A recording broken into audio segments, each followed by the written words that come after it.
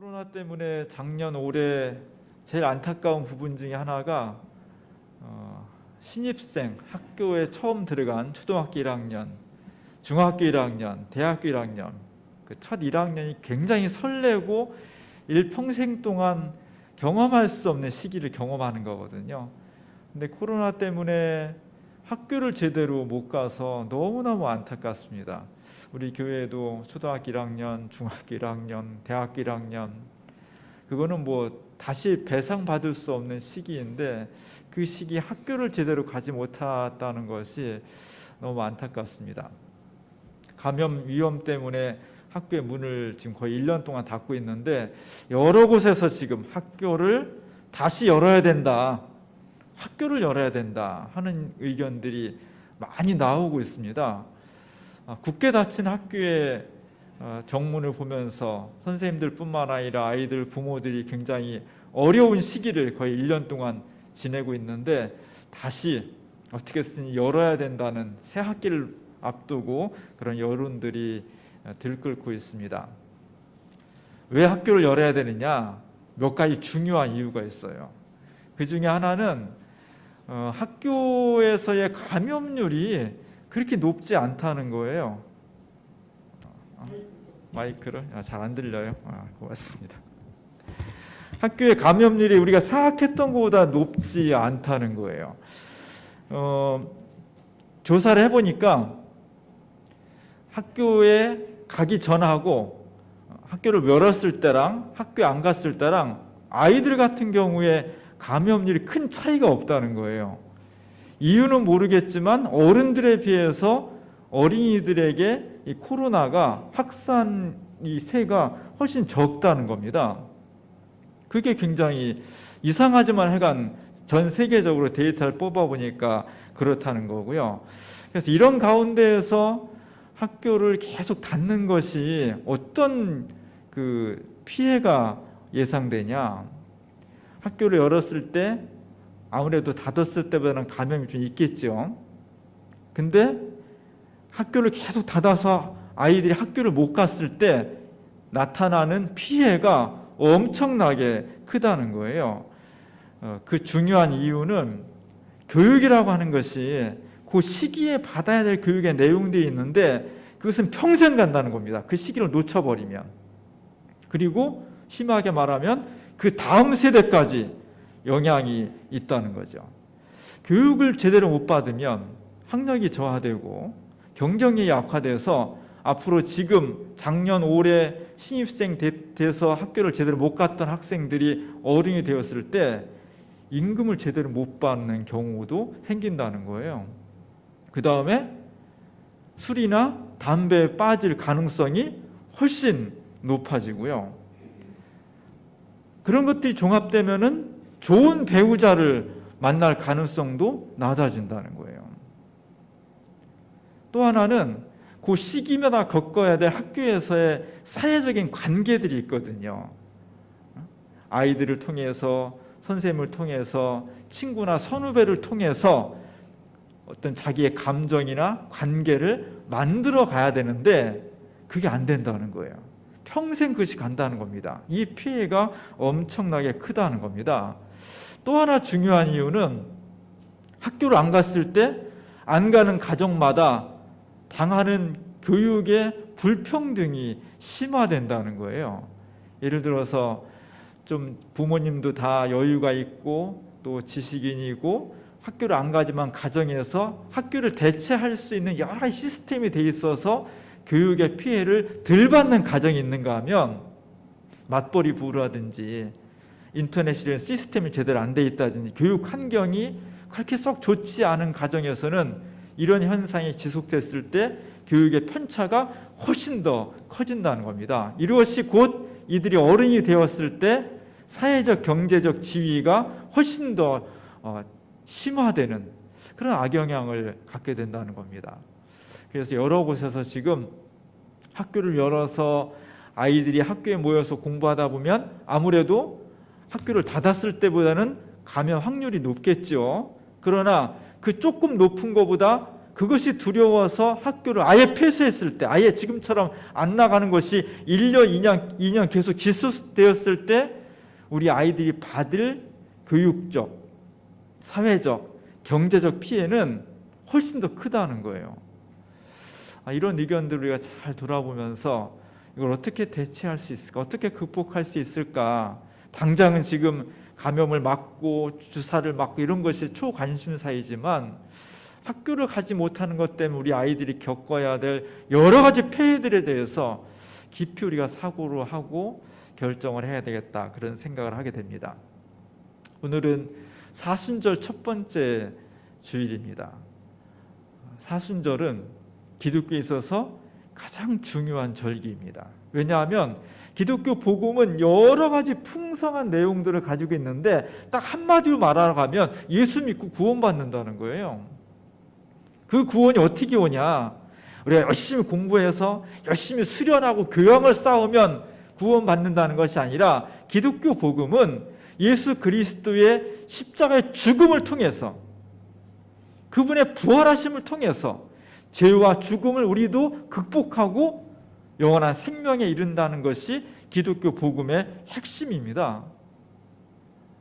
이 복음이 시작되는 절기, 그게 바로 사순절이에요. 사순절은 40일 동안 그리스도의 죽으심과 부활을 준비하는 거예요. 준비하지 않으면 2000년 전에 일어난, 2000년 전에 유대 땅에서 일어난 저 사건에 우리가 동참할 수가 없어요.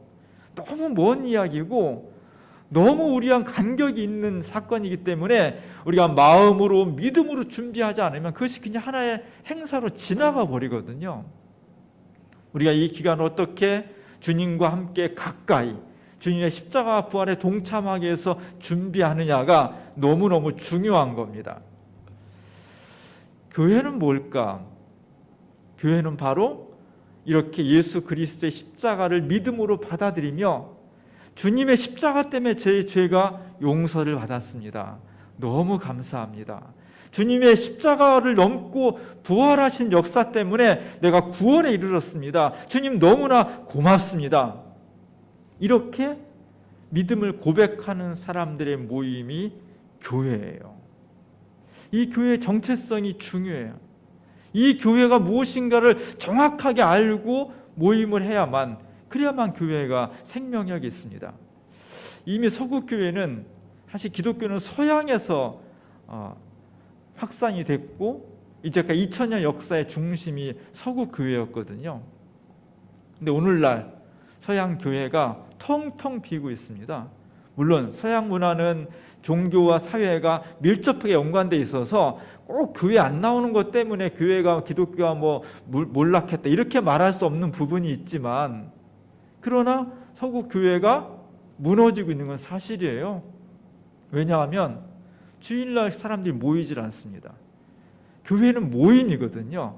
주님의 날에 모여서 예배를 드리는 것을 통해서 신앙이 형성되는 겁니다. 근데 서구 사람들이 주일날 교회 안 갑니다. 시간이 없고 너무 힘들고 가고 싶지만 갈 수 없는 여건이라 못 가는 게 아니라 제도적으로 다 돼 있고요. 시간 있고 능력 있고 돈 있고 다 있어요. 안 가요. 근데 이건 문제가 있는 거예요. 이거는 신앙이 무너지고 있는 겁니다. 한국 교회도 이미 위기에 들어섰습니다. 사회적인 신뢰성이 잃어버렸고 신앙의 중심을 상실하고 있고 여러 가지 위기의 징후가 이미 시작이 됐고 교회의 붕괴를 지금 우리 느끼고 있습니다. 체험하고 있습니다. 여기에 대해서 우리가 교회가 무엇인가를 정확하게 알아야 돼. 그래야만 교회의 위기를 극복할 수 있고 교회가 그리스도의 십자가 부활에 근거한다는 것을 정확하게 고백할 수 있을 때 새로운 교회를 만들어 갈 수가 있는 겁니다. 한때는 미국이나 유럽에 가서 이민 목회하시는 목사님들이 되게 부러워하던 때가 있었어요. 왜냐하면 우리나라는 막 복잡하고 사회 제도도 발전하지 않았는데 어쨌든 미국 가면은 멋있는 교회에 좋은 집에 좋은 차 타고 이런 거 보면 되게 부러워하잖아요. 근데 나중에 이민 목회하시는 분들이 연세 드시면 다 우리나라 다시 돌아오려고 해요. 왜 그러냐면 이민 목회하는 게 너무 힘들다는 거예요. 처음 이제 우리나라에서 이민을 가면 내렸을 때부터 교회 목사님이 가가지고 공항에서부터 토털 서비스를 하는 거예요. 다 안내해주고, 언어가 잘 안 되니까 그것도 가르쳐주고, 뭐 서류 행정하는 거, 집 사는 거, 취직하는 거, 밥 먹는 거, 여러 가지 다 도와주는 거예요. 그러니까 처음 낯설은 땅에 가서 이민자로 갔을 때 교회에 속하지 않으면 그런 서비스를 받을 수가 없기 때문에 다 교회 나온다는 거예요. 근데 이제 2년 지나고 3년 지나고 자기 삶의 터전이 만들어지면 영어도 좀 할 수 있게 되고, 직장도 잘 안정이 되고, 뭐 이렇게 되면은 많은 사람들이 교회를 떠난다는 겁니다. 왜 그러냐? 교회가 무엇인지를 정확하게 이해하지 않고 왔기 때문이에요. 교회는 친교도 해야 되고, 봉사도 해야 되고, 여러 가지 사업도 해야 되죠. 그러나 가장 중요한 것은, 그런 것들은 신앙생활 열심히 하다 보면 자연스럽게 맺어지는 것들이고, 교회로 온 첫 번째 이유는 내가 구원받기 위해서예요. 나와 내 삶을 둘러싸여 있는 사회의 구조가 하나님 보시기에 생명과 정의와 평화로 가득 찬 세계로 만들기 위해서 우리를 부르신 겁니다. 그 방법은 예수 그리스도의 십자가와 부활을 믿고 동참하는 거예요. 교회를 운동단체로 생각한다든지, 교회를 통해서 내가 하는 사업을 확장시킨다든지, 우리나라 젊은 청년들이 개중에는 또 강남에 있는 아주 큰 교회를 많이 나간다는 겁니다. 그 이유 중에 하나는 좋은 배우자를 만나기 위해서. 이렇게 교회를 모이는 목적이 변질될 때 교회가 무너지는 겁니다. 다시 한번 사순절을 통해서 우리는 교회 왜 나오는가? 그리스도의 십자가를 길을 따르기 위해서입니다. 왜 따르는가? 그래야만 우리가 구원을 받기 때문입니다. 그리스도의 십자가와 부활에 동참하지 않고는 우리가 구원받을 길이 없다는 것이 교회의 복음의 핵심이에요. 이걸 받아들이면 오는 거고요. 나는 도저히 이걸 받아들일 수 없다면 안 오는 거예요. 이걸 분명히 해야 됩니다. 오늘 주님께서 누가복음을 통해서 그 십자가의 길에 걸어가는 모습들을 우리에게 보여주고 있습니다. 오늘 예수님께서 제자들을 모을 때 우리는 교회 나오는 게 뭐 내가 나오고 싶으면 나오고 싫으면 관둔다고 생각하고, 내가 나오려고 하면 그냥 서로 교회에서 오라고 하니까 뭐 요즘은 교회 다니는 사람들이 배짱을 부리며 다니죠. 근데 오늘 본문에 보니까 진짜 교회는 그렇지 않다는 거예요. 어떤 사람이 예수님한테 내가 예수님을 따르고 싶습니다. 지금으로 하면 제가 교회에 나오고 싶습니다. 이렇게 말했다는 겁니다. 우린 그런 얘기 들으면 너무 행복하죠. 어서 오시오. 모든 걸 다 해주어서 교회에 나오게 하려고 하죠. 근데 오늘 예수님께서 전혀 다른 말씀하셨습니다. 여우도 굴이 있고 공중에 새도 집이 있으되 인자는 머리 둘 곳이 없다. 교회 나오는 건 좋은데, 예수님 따라가고자 하는 건 좋은데, 이 길이 어떤 것인지, 내가 여기서 나오고자 하는 그 모습이 어떤 결과를 가져올 수 있고 어떤 상황인지를 정확하게 인식하라는 겁니다. 예수 따라다니면 멋지고 맨날 성공하고 행복하고, 물론 끝에 가서는 그렇지만, 그러나 그 과정은 너무너무 힘들다는 거예요. 하다못해 하찮은 저 여우도 자기 굴이 있고 공중의 새도 자기가 깃들 수 있는 그런 공간이 있지만, 예수님은 머리 둘 곳도 없다는 겁니다. 그렇습니다. 우리가 신앙을 결단한다는 것은, 예수를 따르기를 결단한다는 것은 고독해질 각오를 해야 돼요. 세상으로부터 분리될 각오를 해야 됩니다. 예수님 때문에 왕따 될 각오를 해야 돼요. 너무나 힘든 것이고요. 너무너무나 사람들로부터 외롭고 힘든 과정이라는 것을 각오를 해야 돼요. 또 하나는 예수님 믿는 것 때문에 어떤 보호막도 포기할 그런 각오를 해야 된다는 겁니다. 우리 옛날 믿음의 선조들은 다른 이유 때문이 아니라 예수님 믿는 것 때문에 핍박당하고 고문당하고 죽임당하는 것을 각오를 했어요. 그래서 신앙생활을 한다는 것은, 예수님을 따른다는 것은 위험을 각오해야 되고, 그것을 당연히 여길 수 있는 용기가 필요하다는 겁니다.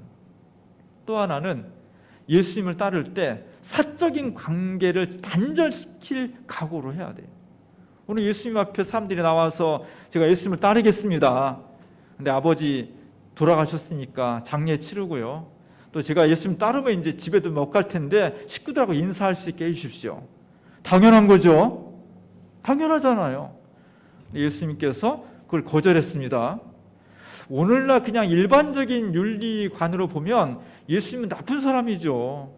아니, 평생 자기를 따라다니기 위해서 집안 식구들하고 인사한다는데, 아버지 돌아가셨는데 장례를 치른다는데 그걸 하지 말라는 그런 교회가 어디 있어요.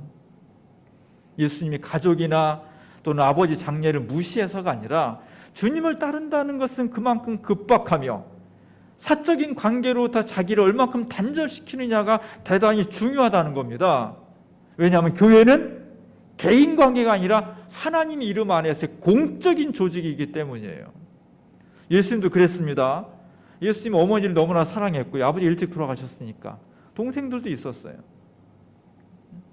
그런데 그 예수님이 어느 날 갑자기 가정을 버리고 가출을 해버린 거예요. 출가죠. 집에도 안 들어오고 맨날 돌아다니면서 이상한 소리 하고 다닌다니까 어떤 사람들은 당신 아들 예수가 미친 것 같습니다 이렇게 말하니까 어머니 너무 걱정이 돼서 예수님을 수소문하고 찾아왔습니다. 먼 길 수소문에서 어렵게 찾아왔을 때 예수님께서 그 어머니를 문 밖에 두고서 아주 매몰차게 이야기를 하셔요. 누가 내 어머니이며 누가 내 동생들이냐. 아마 이 얘기를 들었을 때 어머니 마리아와 가족들의 가슴에 비수가 꽂혔을 거예요. 왜 이런 얘기를 하셨을까? 우리가 구원의 백성이 된다는 것은 사적인 관계를 얼만큼 차단시키냐가 대단히 중요합니다. 한국교회가 새롭게 되기 위해서, 우리 교회가 새롭게 되기 위해서는 가족 관계를, 사적인 관계를 얼만큼 차단하며 공공성을 회복하냐가 대단히 중요한 거예요. 이런 제자의 모습을 우리가 잃어버리지 않는다면, 내가 교회에 개척해서 이만큼 키워놨으니까 내 자식에게 물려주겠다, 이런 생각을 어떻게 합니까?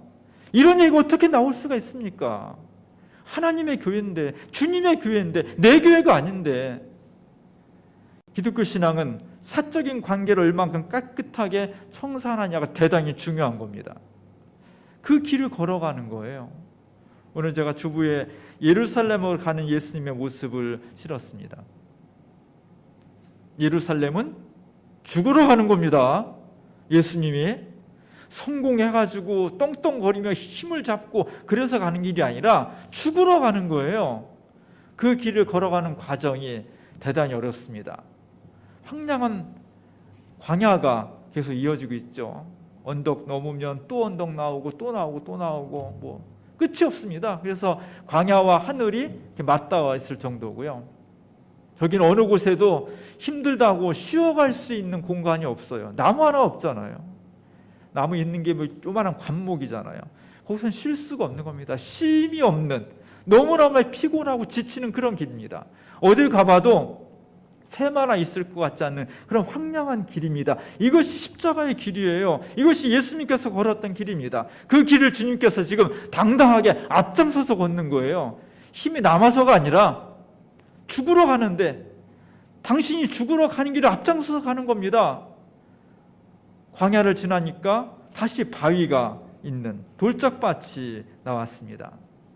그 길을 주님 당당하게 앞장서서 걸어가서요. 고난의 길인데 그 뒤를 지금 제자들이 따라가는 겁니다. 우리들 모습입니다. 그 뒤를 따라가는 거예요. 질서정연하지 않죠. 저는 제자들이 더 대단한 것 같아. 이게 도대체 왜 이렇게 힘들어? 정말 저렇게 힘든 길이라는 걸 알고 따라 나선 건지 모르겠어요. 한쪽 가슴에는 우리가 예수님 따라가가지고 정말 세상을 한번 새롭게 해보자, 권력을 잡아보자, 뭐 이런 욕심도 있었겠죠. 그런데 정작 나와보니까 너무 힘든 거예요. 광야를 지나니까 돌짝밭이 나오고 너무너무 힘든 길을 걸어가고 있는 겁니다. 저게 우리 모습이어야 되는 거예요. 어떤 사람은 좀 앞장서는 사람도 있고 어떤 사람은 더 뒤에 떨어지는 사람도 있어요. 또 어떤 제자는 뒤를 돌아보는 제자도 있습니다.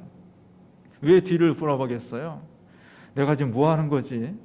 내가 이러려고 예수님 따라왔나? 다시 집으로 돌아갈까?